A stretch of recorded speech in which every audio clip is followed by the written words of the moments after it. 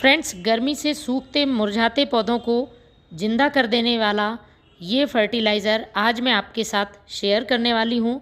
इस फर्टिलाइज़र के उपयोग से कितना भी प्लांट सूख चुका हो या लगभग मरने की कगार पे पहुँच गया हो, तब भी वह दोबारा से ग्रोथ शुरू कर देगा और उसमें फ्लावरिंग होने लगेगी।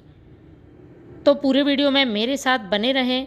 बहुत ही आसान तरीके से बताने वाली हूँ मैं आपको कि किस तरह से प्लांट में फर्टिलाइज़र का यूज़ करके आप बिना नुकसान पहुँचाए पौधे को अच्छी ग्रोथ दे सकते हैं और उनसे ढेरों फूल पा सकते हैं।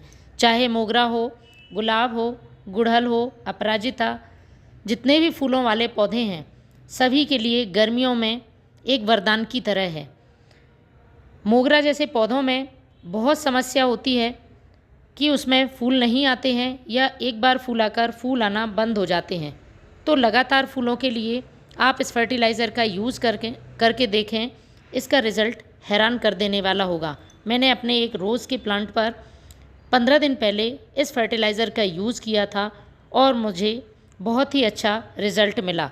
मैं आपको बताने वाली हूँ। देखिए, ये है मेरा गुलाब का पौधा और अभी भी इसमें सूखी हुई टहनियाँ आपको दिखाई दे रही होंगी, लेकिन नई ग्रोथ इसमें वापस से शुरू हो चुकी है और फ्लावरिंग भी हो रही है। ये प्लांट गर्मी की वजह से ख़राब हो गया था।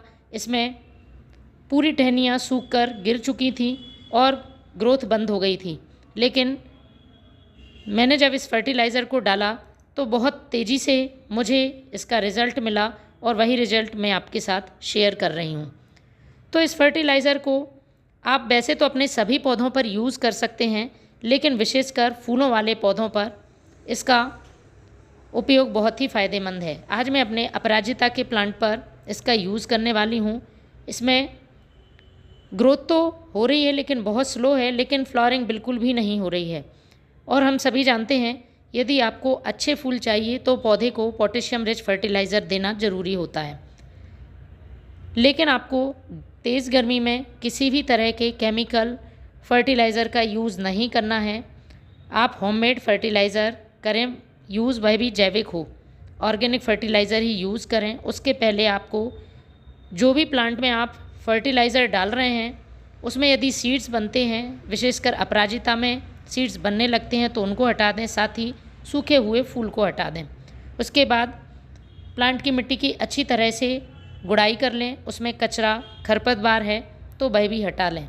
और ये काम आपको हर 15 से 20 दिन में प्लांट पर करना है, जिससे कि पौधे की जड़ें अच्छी तरह से विकास कर सकें और उनमें अच्छी तरह से हवा पहुंच सके। सबसे पहला खाद है वर्मी कंपोस्ट। प्लांट की मिट्टी को उपजाऊ बनाता है, मिट्टी में नमी बनाकर रखता है, इसलिए बढ़ती हुई गर्मी में पौधे के लिए बहुत ही ज़्यादा फ़ायदेमंद है।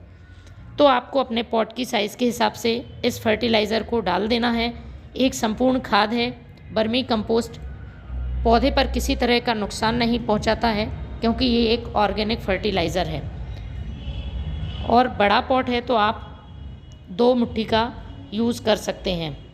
इसके बाद प्लांट की मिट्टी को उपजाऊ बनाने के लिए आपको और भी पोषक तत्वों से भरपूर चीज़ों की ज़रूरत पड़ेगी।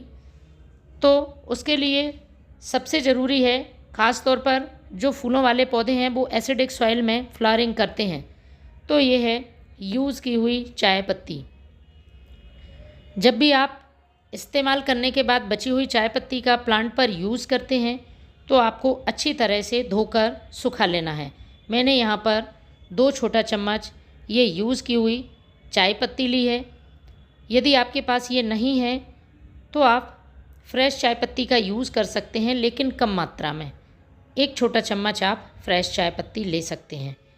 अब जो ख़ास चीज़ है वो प्लांट की मिट्टी में इंसेक्ट, फंगस, चींटियों को तो दूर करेगी ही, साथ में विटामिन सी से भरपूर है।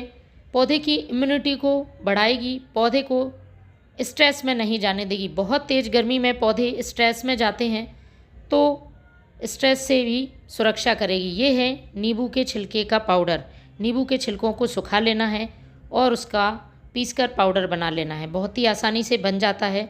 और आपको 1 छोटा चम्मच, या आप चाहें बड़ा पॉट है तो 2 छोटा चम्मच नींबू के छिलके का पाउडर ले सकते हैं। लेकिन हमने यहाँ पर 2 चीज़ें इस्तेमाल की हैं, चाय पत्ती और नींबू के छिलके का पाउडर। दोनों का काम है प्लांट की मिट्टी को एसिडिक करना, इसलिए आपको ज़्यादा मात्रा में यूज़ नहीं करना है।